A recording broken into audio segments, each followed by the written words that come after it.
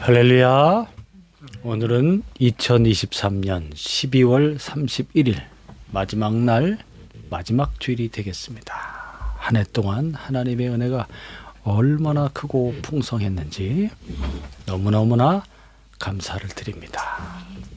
하나님의 그 사랑 안에서 또 이제 내년 새해도 그렇게 선하신 하나님의 인도하심이 있을 줄 믿습니다. 오늘 요한복음 2장 말씀, 그리스도의 표적에 대해서 말씀을 한번 같이 보도록 하겠습니다. 예수 그리스도가 메시아 되시고 그리스도이신 그 증거와 표적이 있습니다. 너무나 큰 권능과 능력을 보여주셨고 그가 하나님의 아들이시라는 겁니다. 하나님의 아들. 그래서 예수님 그 당시에 유대사회, 유대인들, 율법을 연구하는 바리새인, 서기관, 랍비들, 그리고 성전에서 일하는 대제사장과 많은 제사장들, 장로들, 그 사람들은 하나님에 대해서 어떤 시각과 어떤 깨달음과 어떤 지식과 믿음을 갖고 있었을까요? 하나님의 이름을 여호와로 알고 있었고, 그러나 그 구원의 하나님에 대해서, 그 하나님이 이 세상에 그의 아들을 보내실 것이라는 것에 대해서 과연 얼마나 이해하고 있었을까 하는 것입니다. 그래서 요한복음 1장에 두 사도의 증언이 있었죠. 바로 사도 요한과 세례 요한의 증언이 그것입니다. 사도 요한과 세례 요한을 통해서 하나님께서 세상을 구원하기 위해 누구를 보내셨다고 말씀하고 있습니까?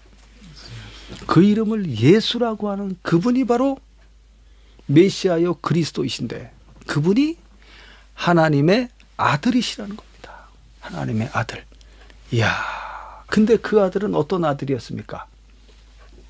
그 아들은 너무너무나 존귀하고 너무너무나 영광스럽고 너무너무나 귀한, 하나밖에 없는 독생하신 하나님이었죠.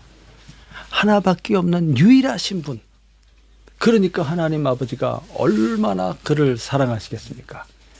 그 표현이 품속에, 아버지 품속에 독생하신 하나님이었다. 이야, 너무너무나 사랑하는, 하나밖에 없잖아요. 너무너무 귀하다는 거예요. 귀하다. 그리고 그 아들은 아버지 말씀에 온전히 순종하는 그런 너무나 착하고 선하고 귀한 아들이었죠. 아버지 하나님의 그 모든 뜻에 대해서 그 아들이 다 그것을 깨달아 알고 이해하고 그 아버지의 뜻을 온전히 순종하여 실행하는 분이었습니다. 그래서 말씀 되신 하나님이라고 말하죠. 아버지의 모든 이상과 뜻과 꿈이 그 아들을 통해서 다 이루어지는, 그래서 아버지 뜻대로 그 아들 되신 그리스도 예수께서, 독생하신 그 독생자께서 무엇을 하셨습니까? 만물을 창조했다고 했습니다. 이야, 하나도 빠짐없이 보이는 세계와 보이지 않는 모든 세계를 만드신 그 아들의 모습을 아버지가 볼 때 어떠했겠습니까? 와, 너무너무나 사랑스러운, 자랑스러운 그런 아들이 되지 않겠습니까? 그렇게 기뻐하고 사랑하는 거예요. 그래서 세례 요한한테 세례받을 때 하늘에서 음성이 들렸다고 했지 않았습니까? 그때 뭐라고 그랬습니까? 그는 내 사랑하는 아들이요 내 기뻐하는 자라. 할렐루야. 그 음성이 막 들렸죠. 하나님께서 그가 내 아들이라는 것을 증명하는 것입니다. 이렇게 온전히 아버지 뜻을 따라서 순종하는 그 아들의 모습, 그 아들은 바로 이 세상이 창조되기 전부터 계셨던, 만세전에 계셨던 하나님 아버지와 영원 전부터 함께 계셨던 아버지의 생명이 아들 안에 있다고 그랬습니다. 아들은 아버지 안에 있고 아버지는 아들 안에 있는 그런 완전한 연합관계 속에, 그렇게 친밀한 그런 관계 속에 두 분의 사이가 그렇게 친밀한 관계라는 거죠. 그분이 영존하시는 아버지라고 그랬습니다. 영존하신 아버지. 이사야서의 말씀에도 우리에게 보내주신 한 아기가 태어나는데 그 아기는 누구라고 그랬어요? 하나님의 아들이시라.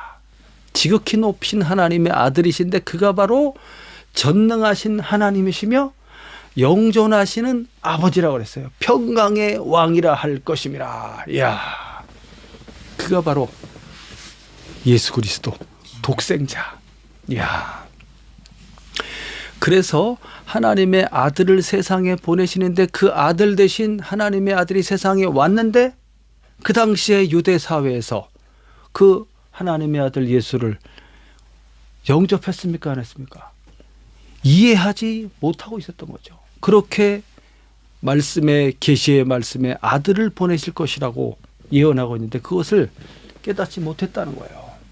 그러면 아브라함은 그것을 깨달았을까요? 하나님이 아브라함을 부르시고 그를 통해서 천하 만민을 구원할 뜻을 갖고 계시고 그래서 그 언약을 아브라함에게 주실 때 그때 아브라함은 자기의 후손으로 하나님의 아들 그리스도 메시아가 올 것에 대해서 아브라함은 알고 있었을까요? 알고 있었어요. 깨달아 알고 있었습니다. 그래서 상징적으로 하나님께서 100살에 낳은 네 아들 이삭을 번제로 바치라고 그랬죠. 번제로 바치라. 그건 뭘 뜻하냐면 하나님 아버지께서 자기 독생자 예수 그리스도 하나님의 아들을 세상에 보내서 그를 뭘로 바칠 것이다? 속죄의 제물로 바칠 것이다. 그 속죄의 제물로 바침으로써 그래서 이게 대속제물이지. 대속. 모든 인간의 죄를 대신하여 거룩하신 하나님의 아들이 인간이 되어 세상에 와서 그가 제물입니다. 제물로서 드려짐으로써 이제 그 예수를 믿는 모든 사람을 구원하는 거죠. 구원하는 거. 그 의미로서 아브라함한테 그거를 지시한 겁니다. 그래서 아브라함이 그걸 이해했다는 거예요. 그래서 자기 아들을 번제로 바치는데 주저하지 않고 순종해서 그렇게 하게 된 것이고 그것을 하나님이 보시고 이제 네가 나를 경외하는 줄을 알았다 하면서 이게 바로 아브라함의 믿음이라는 거예요. 오실 메시아에 대한. 그러면 다윗에게도 하나님이 언약을 주셨는데 다윗은 어땠습니까? 다윗은 자기는 궁전에 살고 있는데 하나님의 집은 어디에 있는 거예요? 텐트 속에 있으니까 내가 마음이 너무 괴롭습니다. 하나님 아버지를 위해서 아버지의 집을 제가 지어드리고 싶습니다. 그랬더니 하나님이 뭐라고 합니까? 네 아들이 할 것이다. 솔로몬. 그러면서 솔로몬에 대해서 하나님이 이제 언약을 주지 않습니까? 그는 내 아들이다. 그의 나라와 그의 왕권은 영원 무궁할 것이다. 이런 약속을 줍니다. 이건 무엇을 뜻하는 겁니까? 단지 솔로몬을 말하는 것이 아니라 다윗의 후손으로 오시는 하나님의 아들 독생자 예수 그리스도를 가리키는 거예요. 예. 그래서 그 성전이라는 것은 뭘 가리킵니까? 그 성전이 바로 예수 그리스도의 몸을 가리킵니다. 몸, 성전이.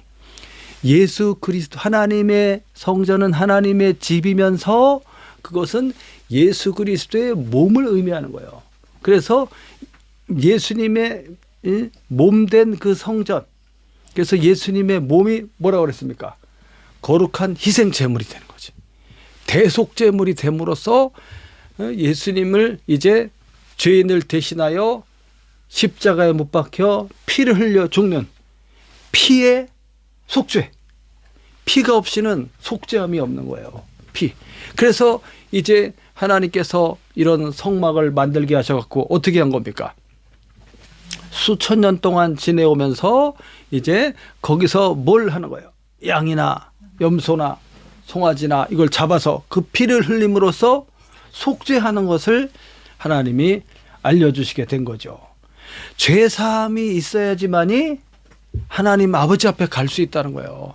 죄를 용서받지 못하면 갈 수가 없다는 거예요. 그럼 죄 용서는 뭘 가리킵니까? 죄 용서. 그냥 말로만 아유 네 죄를 용서해 줄게 그것이 아니라 죄 용서에는 반드시 희생이 있어야 된다는 거예요. 희생. 죄에 대한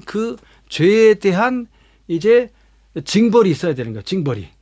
근데 우리 인간들이 하나님께로부터 징벌을 받으면 다 죽을 수밖에 없죠. 그래서 대신 죽는 대속제물이 필요하다는 거예요. 그 대속제물로서 양이나 염소, 송아지는 무엇을 가리키냐면 하나님의 아들 예수님을 가리키고 있다는 거예요. 그게. 그래서 대속제물로 하나님의 아들이 세상에 들어오시고 그 아들을 대신 제물로 잡아서 바침으로써 모든 죄인들의 죄를 어떻게 하는 겁니까? 그 피 흘리심을 통해서 죄를 다 덮어버리는 거예요. 싹 덮어버려. 어저께 눈이 얼마나 많이 왔습니까? 눈이 막 그냥 몇십 년 만에 얼마나 많은 눈이 서울에 내렸는데 그 서울에 이제 큰어머님 신방하기 위해서 서울 갔지 않습니까? 와, 앞이 안 보일 정도로 막 날이 흐리고 막 눈이 얼마나 많이 오는지. 야, 장관이어서 장관. 너무 멋있어. 너무 멋있어. 하얀 눈이 내리면서 어떻게 합니까? 모든 세상을 다 덮어버려 하얗게. 그러면 그 죄와 허물이 보입니까? 안 보입니까? 다 덮어지니까 깨끗한 하얗게. 그게 바로 속죄함입니다. 속죄함. 아버지께서 그 아들을 제물로 대신하여 바치게 함으로써 우리의 죄를, 우리 인간의 죄를, 나의 죄를 어떻게 하는 거예요? 하얗게 덮어버리듯이 다 덮어버리는 거예요. 그 피가 우리의 죄를 다 덮어버리고 다 씻어버려. 그래서 그 다음 하나님께서 우리의 죄를 기억하실까요? 기억하지 않으실까요? 기억하지 않는다는 거예요. 이게 하나님 우리에게 주신 은혜라는 거예요.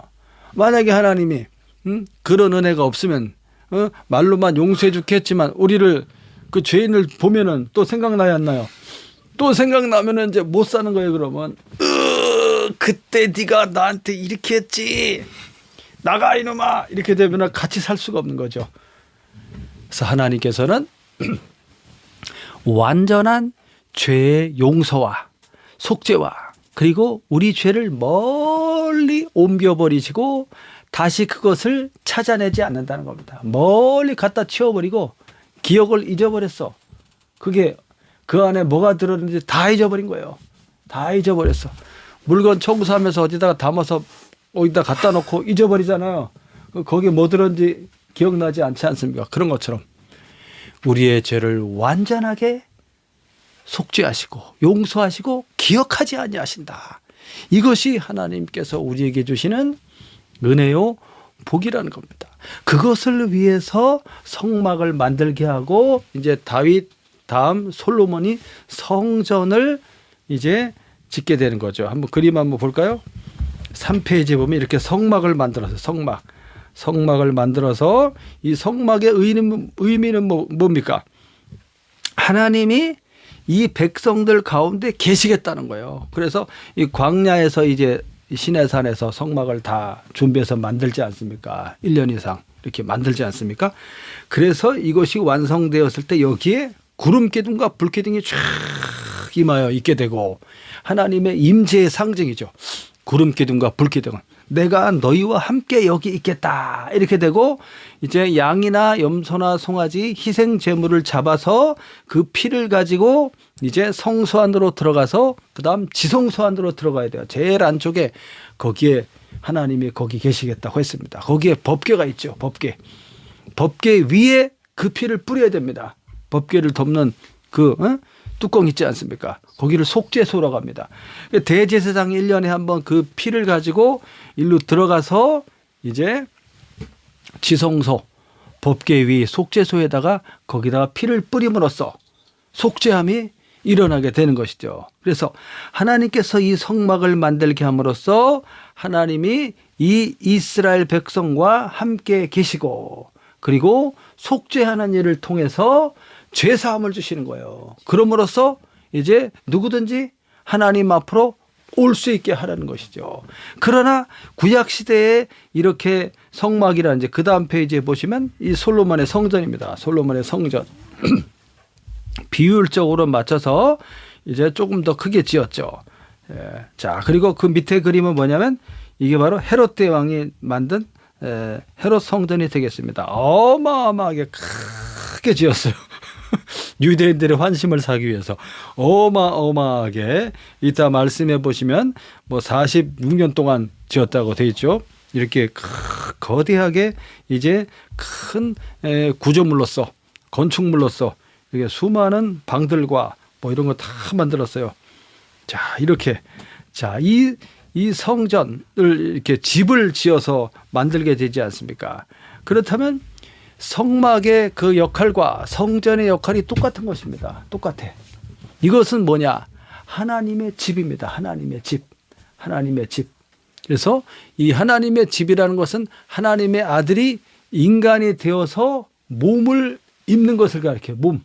몸을 입으시고 인간 대신 인간의 몸을 입으신 완전한 인간이 되신 그 하나님의 아들이 뭐가 되는 거예요? 대속제물이 되는 거예요. 속죄제물. 속죄제물이 되어서 이제 하나님 앞으로 갈 수 있는 길이, 아버지 앞으로 들어갈 수 있는 길이 열리게 되는 거예요.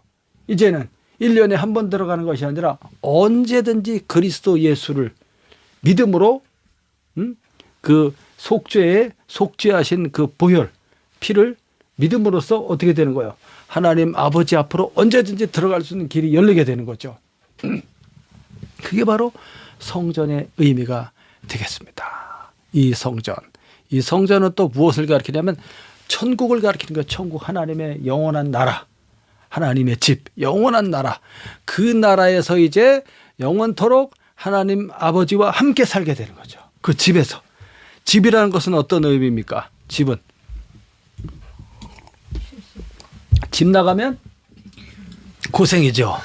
집이라는 곳은 너무나 평안하고 안식처고 행복하고 기쁨이 있고 함께 식구들이 모여 앉고 그 다음에 함께 식사할 수 있는 그런 좋은 공동체를 의미하는 거예요. 천국을 의미하는 것입니다. 하나님의 성전이 천국, 하나님의 나라, 하나님의 천국은 영원한 그리스도의 통치를 가리킵니다. 영원한 그리스도의 완전한 통치, 하나님의 완전한 다스리심을 가리키는 거죠. 그 안에서 행복하게 살아가는 그 기쁨을 의미하게 되겠습니다. 이런 귀한 성전을 이제 하나님께서 이렇게 주셨는데, 그런데 그 성전의 제사장들이 뭘 하는지 한번 읽어보겠습니다. 그리고 예수님께서는 어떤 표적을 보여주시는지, 예수님이 하나님의 아들로서 천하 만민을 구원하시는 그리스도요 메시아인 그 표적을 보여주고 있습니다. 자, 한번 읽어보겠습니다. 12절부터 시작. 그 후에 예수께서 그 어머니와 형제들과 제자들과 함께 가버나움으로 내려가셨으나 거기에 여러 나라에 계시지 아니하시니라. 유대인의 유월절이 가까운지라 예수께서 예루살렘으로 올라가셨더니 성전 안에서 소와 양과 비둘기 파는 사람들과 돈 바꾸는 사람들이 앉아 있는 것을 보시고, 자, 유대인의 유월절이 가까웠다. 자, 예수님께서 이제 이 유월절을 지키기 위해서 갈릴리 가버나움에서 이제 예루살렘으로 올라가시는 거죠. 예루살렘으로 올라가셔서 그 절기를 지키시게 되는 겁니다. 예수님은 유월절을 지키기 위해서 예루살렘 성전을 방문할 때 그 마음이 어땠을까요? 그 마음이, 유월절의 의미는 무엇입니까? 바로 예수님이 십자가에 못 박혀 죽는 그날이 되겠습니다. 유월절이 대속의 날이 되는 거죠. 그래서 그 절기의 의미가 다 있지 않습니까? 그걸 주님이 그 예수님을 전부 계시하는 거예요. 그런 절기라든지 제사라든지 성전이라든지 율법의 의미가 다 그리스도 예수, 구원자, 만민을 구원하시는 하나님의 뜻, 아버지의 뜻, 그것이 그 아들 그리스도를 통해서 이루어지고 있는 거죠. 그래서 유월절 날 예루살렘을 방문할 때 예수님은 이제 내가 때가 되면, 이때는 이제 초기 사역이니까 나중에 유월절 날 또 방문하게 되지 않습니까? 예루살렘을 방문하게 되고 그 마지막 유월절 날 예수님이 십자가에 못 박혀 죽으시게 되겠죠. 자, 그런 의미 속에서 예루살렘을 방문했는데 그 성전 안에서 뭘 하고 있다는 거예요, 사람들이? 뭘 막 팔고 있고 돈을 바꾸고 있고 이 사람들 뭐 하는 겁니까? 장사를 하고 있는 거지. 장사. 이 성전에서 누가 제일 힘이 셉니까? 성전에서는 대제사장이지. 대제사장. 아까도 그 헤롯 성전을 보았지만 거기 대제사장들의 방이 있습니다. 성전 안에 방이 있고 그 성전의 구조를 한번 볼까요? 한번 다시 그림을 보면 4페이지에 보면 이렇게 전체 이렇게 넓게 사방을 둘러싸고 있는 이것이 바로 여러 회랑이라고 하죠. 회랑이 쫙 있는데 요게 이제 뭡니까? 뭐라고 그래요 이거를? 이 뒤에 쭉 이렇게 둘러쳐진 이 방을 뭐라고 하죠? 솔로몬의 행각이라고 하죠. 솔로몬의 행각. 솔로몬의 행각들이 쫙 사방으로 쫙 이렇게 기둥들이 막 쫙 이렇게 거기서 이제 예배도 하고 말씀도 전하고 예수님도 여기서 말씀 전했죠. 자, 그리고 이제 바깥에 가운데 안에 있는 또 다른 건축물이 있죠. 이게 이제 성전이 되겠습니다. 성전. 그 안에 들어가면 성소와 지성소가 있겠죠. 그리고 바깥에 여기가 이 바깥이 바깥뜰이에요. 이방인의 뜰이라고 합니다. 바로 여기 지금 빨갛게 쳐져 있는 구역.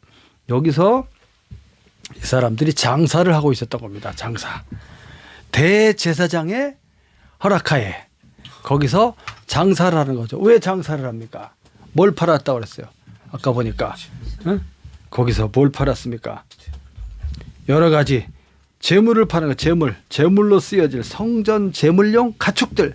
그러니까 소나 양이나 뭐 비둘기나 염소나 이런 거를 막 팔고 있는 거죠. 왜냐하면 유월절을 비롯하여서 이 절기는 이스라엘 남자들은 반드시 여기 참석을 해야 됩니다. 와서 제물을 드려야 돼. 속죄 제물을. 그렇기 때문에 멀리 흩어져 있는 유대인들이 먼 나라에서 또 흩어져 있으니까 거기서부터 이 양이나 제물을 끌고 오다가 뭐 다칠 수도 있고, 왜냐하면 제물은 거룩한 흠이 없는 제물을 바쳐야 되는데, 그러니까 차라리 여기 와서 사는 게 낫겠지. 그걸 이용해서 여기서 지금 이 물건을 팔고 있는 거예요. 이야, 어떻게 팔아요? 비싸게. 바가지를 많이 씌워서 비싸게 팔고 있는 거죠.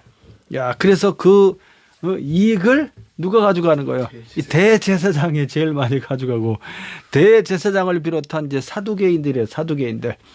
이렇게 제사장의 후예라고 하는 그 사두개인들. 아, 이런 사람들이 여기서 이제 그런 이권을 챙기는 거죠. 이권. 자기들의 이 성전이라는 것은 대제사장 무리들의 영업장인 거죠. 영업장. 사업장으로 전락한 거예요. 이게.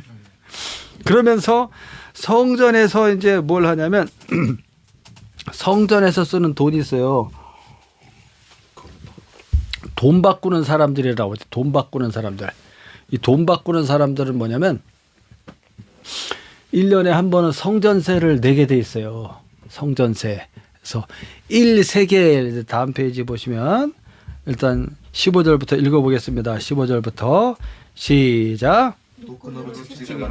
양이나 소를 다 돈 바꾸는 사람들의 돈을 쏟으시며 상을 엎으시고 비둘기 파는 사람들에게 이르되 이것을 여기서 가져가라. 내 아버지 집으로 장사하는 집을 만들지 말라 하시니 제자들이 성경 말씀에 주의 전을 삼하는 열심히 나를 삼키리라 한 것을 기억하더라. 예.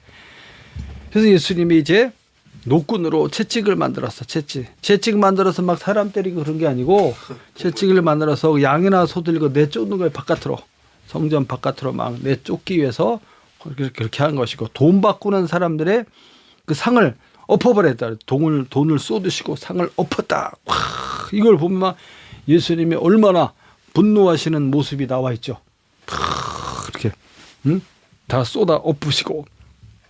성전에서 사용되는 화폐가 있어요. 성전에서 사용되는 화폐가 세겔이라는 건데, 이 세겔은 무게가 1세겔은 은 11.4g이야. 은 11.4g. 그거는 노동자의 4일치의 품삯이니까 4데나리온이 되겠죠. 근데 반 세겔을 바치게 돼 있어요. 성전세로. 그거를 가지고서 이제 성전에서 써야 될 여러 가지 일들을 위해서 사용하는 거지. 그래서 남자들은 다 이거를 바치게 돼 있습니다. 자, 그래서 그러면 성전에서 쓰는 화폐가 따로 있는 거예요. 그렇기 때문에 이 화폐는 두로 사람들이 저 위에 북쪽의 페니키아 사람들이 쓰는 그 화폐를 사용했어요. 그렇기 때문에 바꿔야 돼요, 화폐를. 예를 들어서 로마의 화폐, 무슨 그리스 화폐, 여러 가지 화폐가 있을 거 아니에요. 그걸 갖고 오면은 바꿔야 돼. 성전에서 쓰는 두로 사람들이 화폐를 썼다니까? 희한하게. 왜냐하면 그게 무게나 그게 비슷해가지고 그걸 썼다고 그러더라고. 반세계를 받기가 용이해서 그걸 썼다는 거야. 이방인들의 화폐를 썼어 또. 다시 만들자니 이게 또 복잡해지고 그러니까 통용되는 화폐 중에 두로 사람들의 화폐를 갖다가 사용했지. 그러다 보니까 이제 환전을 해야 돼. 환전할 때 어떻게 하는 거예요? 또 거기서 한번 바가지를 또 씌워가지고 환율을 막 높게 잡아갖고 막 그렇게 해서 막 이제 쓸어 담는 거지. 야, 그러면 6월절 날 얼마나 많은 사람이 수십만 명의 사람들이 와요. 예루살렘을 방문해. 그래서 100만 명의 많게는 막 100만 명에 이르는 사람들이 막 예루살렘에 와 있다는 거니까. 그러니까 그때가 되면은 어디 막 있을 데가 없을 정도지. 그렇게 많은 사람들이 몰려오니까 그때 한미천 한몫을 챙기는 거지. 이 제사장들이 대제사장이. 야, 어떻게 하다가 하나 내 아버지 집. 예수님이 뭐라고 그래요? 내 아버지 집이라고 그래요. 내 아버지 집. 내 아버지 집. 그래서 여기 계신 여호와 하나님 아버지는 누구 아버지예요? 예수님의 아버지야. 그러면 예수님은 바로 그 하나님의 아들이 되는 거지. 아들이.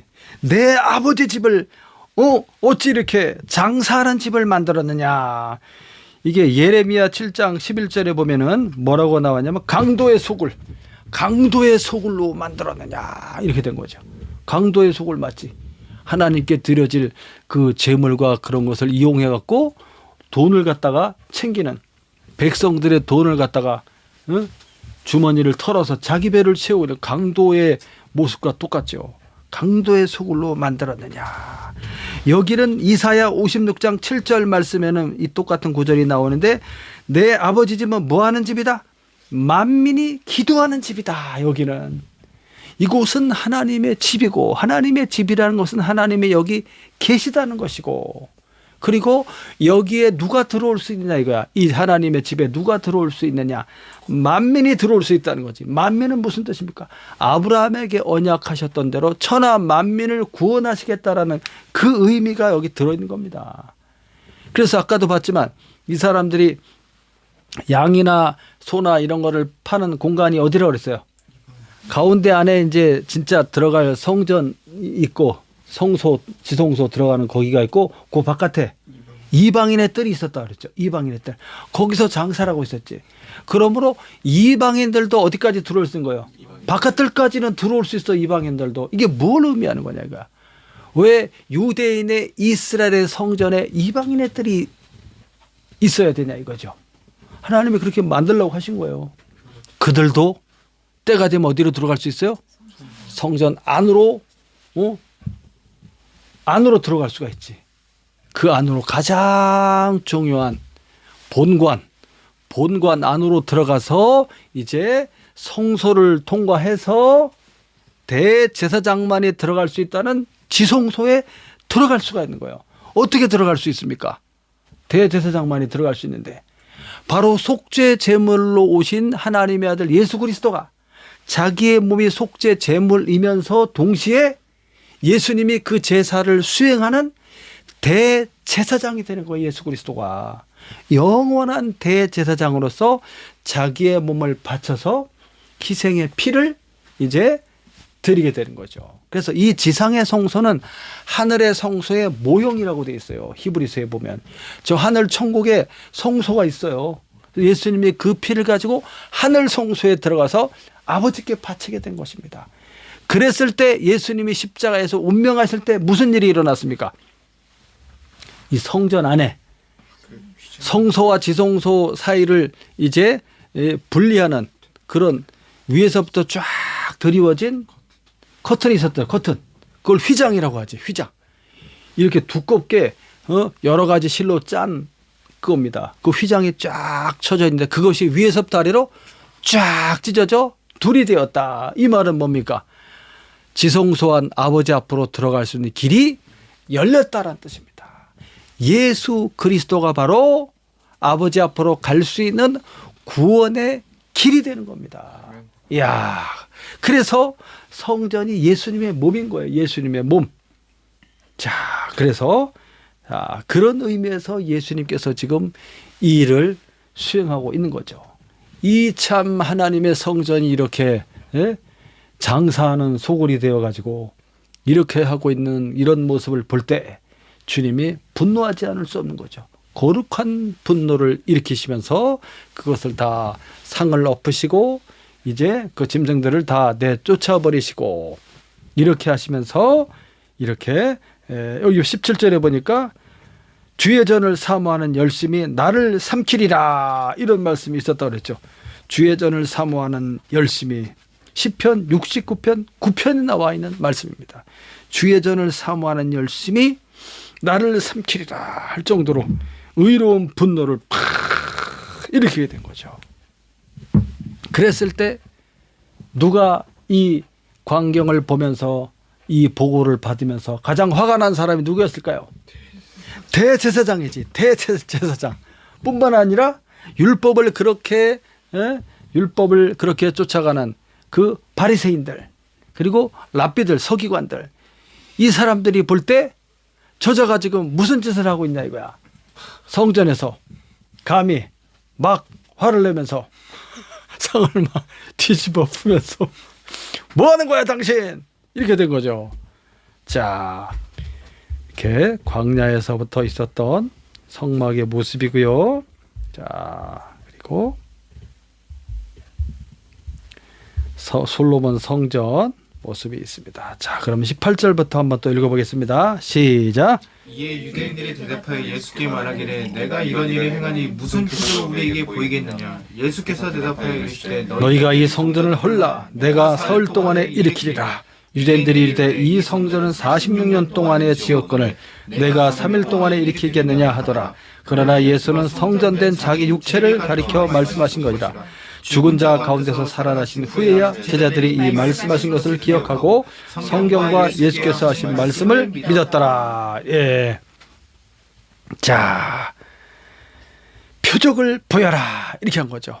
도대체 너는 뭐냐? 유대인들이 거기 있었던 유대인들이 다 황당하고 놀란 거예요.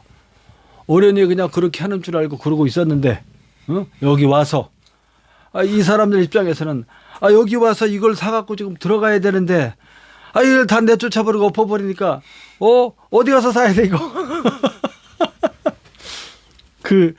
일반 유대인들의 입장에서는 이렇게 된 거죠. 대제사장은 아니 감히 내 지금 영업권을 내 지금 영업장에서 뭐 하는 거야? 감히 대제사장 그러면 얼마나 권한이 셉니까? 이 모든 성전의 이 모든 제사나 이런 거를 관장하는 사람인데 그리고 그 대제사장은 이제 공회의 의장이 됩니다. 그 사람이 실권이 막강한 사람이죠. 누가 내 허락 없이 그 새파랗게 젊은 자가 저 자는 누구냐? 뭔데 지금 이런 일을 하느냐라고 물어보는 겁니다. 당신이 이런 일을 지금 하고 있는데 무슨 권한으로 그리고 무슨 표적을 우리에게 보여줄 수 있겠느냐? 증표를 내놔라. 이런 일을 하는 것에 대해서 이렇게 지금 이 사람들이 대단히 예수님의 그런 행동에 대해서 대단히 화가 난 거죠. 이 사람들도. 자, 그랬더니 예수님이 뭐라고 그랬어요? 이해가 안 가는 말씀을 하는 거죠. 이 성전을 헐어라. 뭐 감히 하나님의 성전을 헐어. 있을 수 없는 일이지. 하나님의 성전은 뭐가 같습니까? 이 사람들에게 예루살렘은 어떤 의미냐? 그러니까 유대인들에게 예루살렘은 어떤 의미였습니까? 예루살렘은 거기가 이제 메시아가 올 그런 곳이지. 메시아가 평강의 왕. 예루살렘이 이제 평강을 뜻하잖아요. 평강. 메시아가 나타날 그런 곳이고, 그리고 다윗의 성이지. 다윗의 성, 다윗성, 예루살렘, 다윗성, 시온성 이고, 그리고 거기에 이제 가장 하나님이 여기 계시다라는 큰 상징인 성전이 있는 곳이지. 그 성전이 있는 그 성전산은 바로 무슨 산이었을까요? 아브라함이 하나님의 명령대로 이삭을 잡아서 바치기 위해 번제로 드리려고 했던 바로 그 모리아산입니다. 거기에 성전이 딱 서 있는 거예요. 여기에는 하나님의 언약의 장소이며 하나님이 계시는 하나님의 집인 성전이 있는 곳이며 그런 역사적인 곳이지. 역사적인 곳. 그리고 거기에 메시아가 오실 것이지. 근데 지금 메시아가 지금 여기 와 있잖아요. 여기 와 계셔. 그러니까 이 사람들은 메시아가 누구인지에 대해서, 그 메시아 그리스도, 메시아라는 말은 이제 헬라어 신약의 말로 하면 그리스도예요. 구약에는 메시아라고 불렀지. 메시아. 신약에는 그리스도, 그 말은 왕이라는 뜻이에요. 왕이 오시는데 그 왕이 누구냐 이거야. 아브라함과 다윗의 후손으로 오시는 그 왕이 바로 하나님의 아들이 오시는 거예요. 그게 하나님의 아들이, 언약을 따라서 하나님의 아들이 직접 아버지의 보내심을 따라서 순종하여 우리와 같은 죄의 육신의 모양을 가지고 세상에 들어오신 것이지.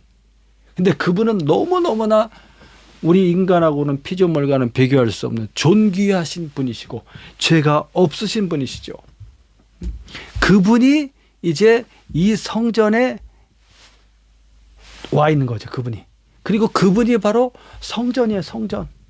그 예수님이 곧 성전이시고, 예수님이 곧 속죄의 제물이 되시고, 그 일을 수행하는 대제사장이 되시면서 또한 진짜 유대인의 왕이시고, 그가 메시아고 그리스도이시며 그가 구원자인 것이죠. 야, 그분이 지금 그 앞에 와 계시면서 이렇게 얘기하고 있는데도 못 알아듣고 표적을 보이라고 하니까 이 성전을 헐어버려라. 내가 사흘 동안에 일으키리라. 이 말이 무슨 말이냐. 이해를 못하는 거죠. 46년 동안 지었는데 헤롯 대왕이 이걸 갖다가 환심을 사기 위해서 막 이 대단한 건축가의 이 사람이 좀 너무나 멋있게 솔로몬 성전에 막 비교할 수 없을 막 크게 그냥 대여섯 배 되게 막 크게 짓고, 뭐 하여튼 높이가 수십 미터. 그 밑에는 위에 성전이 있지만 밑에는 수많은 이제 그 건축물들이 있는 거, 그 안에 구조물들이 있는 거야. 방도 있고 막 그렇게 멋있게 화려하게 지었지. 그거를 46년 동안 지은 것을 헐어버리고 3일 만에 세우겠다 그러니 무슨 의미인지 몰랐지. 그랬더니 이제 이게 무슨 뜻입니까? 21절에 예수는 성전된 자기 육체를 가리켜서 말씀하신 것이라는 거죠. 나중에 이것을 알게 되는 거예요. 제자들도 죽은 자 가운데서 살아나신 후에야 그때 하신 말씀이 이거였구나. 이 성전은 예수님의 몸을 의미하는 거였구나. 야, 하나님의 아들의 몸. 그게 지금 여기 서 있었던 거지. 우리를 만민을 구원하기 위해서 대속 제물로 바쳐질 바로 그거라는 거야. 이 성전이 하나님 아들의 몸을 의미한다는 거야. 이게. 근데 그 앞에서 뭘 한 거예요? 장사를 했고, 그 옛날에 그 조상들은 성전에서 뭘 했습니까? 음행을 했고, 성전에서 또 무엇을 했습니까? 우상 숭배를 했었지. 성전에서 태양신을 갖다 놓고, 온갖 하늘의 1월 성신을 갖다 놓고, 여러 가지 막 곤충들을 그려놓고, 아주 그냥 그런 보기에도 끔찍한 것들을 막 그려놓고 거기서 우상 숭배를 해 왔었던 거죠. 와, 이 얼마나 참. 그럼에도 불구하고 성전을 헐어버려라 다시 세우겠다라고 하신 예수님에 대해서 이 사람들은 뭐라고 말합니까? 하나님을 모독했다고 말하는 거예요. 감히 하나님의 성전을 헐어? 아까도 막 그냥 막 화를 내면서 막 뒤집었더니 이제 아예 그냥 다 뭐 성전을 다 뭐 어떻게 뭐 부셔버리겠다고? 이것은 하나님을 모독하는 걸로 이 사람들은 오해를 하고 있는 거죠. 그러나 예수님은 자기 육체, 성전된 자기 육체, 그것을 아낌없이 내어줌으로써 가장 귀한 아들을 하나님 아버지가 내어주셨고 가장 귀한 자기 생명을 바침으로써 죄인들을 구원하려고 하는 겁니다.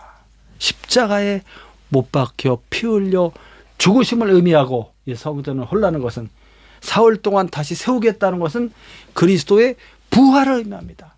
하나님 아버지가 사망을 당하신 그리스도의 몸을 생명의 영을 부으셔서 다시 살려내는 것입니다. 그래서 그리스도는 사망에 매여 있을 수 없으며 사망을 정복하고 사망을 이기시고 영원한 생명의 주가 되심을 이제 보여주시는 표적이 되겠습니다. 예수를 믿는 모든 사람들의 죄를 사하시며 그들을 어떻게 만드는 것입니까? 다시는 죽지 않는 몸으로 변화시켜 예수님의 몸과 같이 부활의 몸을 가지고서 어디로 가는 거예요? 하나님 아버지 나라로 천국으로 들어가게 되고 그 나라에서 영원한 자유와 행복과 생명과 그리고 그리스도의 통치를 지배와 다스리심을 받으면서 그 아래서 이제 감사와 기쁨으로 살게 되는 것이죠. 이것을 의미한다는 거야. 이 성전이라는 것이. 할렐루야. 그럼으로써 우리는 어떻습니까? 우리는 그리스도 예수 안에서 우리는 그리스도의 몸이 되는 거예요. 우리가 또 예수님이 성전은 예수님의 몸이라고 그랬고 또 예수님은 이제 머리가 되시지. 머리. 예수님은 머리가 되시고 우리는 예수 그리스도의 몸을 이루는 지체의 각 부분이 되는 거예요. 그 안에 예수 그리스도 안에 우리가 들어와 있는 것이지. 그러니까 우리는 어떻습니까? 우리가 바로 하나님의 성전이 되는 거예요. 우리가 그리스도가 머리가 되시고 우리가 하나님의 성전이 되어서 우리 안에 누가 들어와 계세요? 하나님의 영 거룩한 성령이 들어와 계시기 때문에 우리가 성령의 전이 되는 것이요. 이게 바로 천국입니다. 천국. 하나님 아버지와 하나님의 아들과 그리고 이제 양자된 또 다른 수많은 하나님의 아들들이 하나로 연합되어 있는 이것을 상징적으로 성전의 이런 구조로서 딱 보여준 거예요. 질서로서. 아버지가 계시고 그 다음 아들이 있고 그 다음에 모든 이제 또 다른 양자 아들들이 있는 것이지. 연합된 성전의 이런 질서의 순서가 딱 있잖아요. 아까 성전의 모습이. 그렇게 천국의 모습을 가리킵니다. 그래서 우리가 이런 거룩한 하나님의 자녀가 되은 거죠. 그리스도의 속죄를 통해서. 그 핏부림을 통해서 죄사함을 얻은 하나님의 자녀가 되었고 하나님의 성령이 들어와 계시고 그러한 이제 그리스도와 연합된 하나의 집이 된 거지. 거룩한 집이. 그렇다면 이 땅에서 살아가는 동안 우리는 남은 인생을 어떻게 살아야 되느냐. 죄를 멀리하라. 그래서 죄를 멀리하고 거룩한 성전된 이 몸을 어떻게 해야 돼? 몸을 항상 깨끗하게 하고 밝게 하고 에너지가 활력이 넘치도록 어떻게 해야 돼? 항상 마음을 즐겁게 하고 감사하고 서로 용서하고 그리고 이렇게 운동하고 이 몸이 활력이 되도록 운동하고 건강하고 그렇게 나가면 되는 겁니다. 그래서 몸을 해치는 그런 것들을 하지 말고 너무 어디에 막 과하게 막 어디에 과하게 어떤 것에 막 빠져들지 말고 그렇게 해서 내 몸이 어떻게 건강하게 그렇게 만들어가면 되겠습니다. 오늘 2023년 12월 31일 우리 말씀을 같이 나누었습니다. 그리스도 예수가 우리의 구원자가 되시고 우리의 왕이 되시고 그리고 우리의 성전이 되시며 영원한 우리의 중보자가 되십니다. 예수 그리스도가 영원한 우리의 대제사장이시면서 예수님이 우리를 위해서 중보하고 계시죠. 중보. 그래서 우리의 영원한 생명이라는 것을 꼭 기억하시고 그리스도와의 죽으심과의 연합과 그리스도의 부활과의 연합을 통해서 그리스도와 하나 되어서 이제 오늘 마지막 날 잘 보내시고 또 새해를 맞이하시기 바랍니다. 아멘. 거룩한 하나님의 백성으로서 내년 새해도 복된 축복된 영광스러운 한 해가 되시기를 예수님의 이름으로 축원합니다. 기도합시다.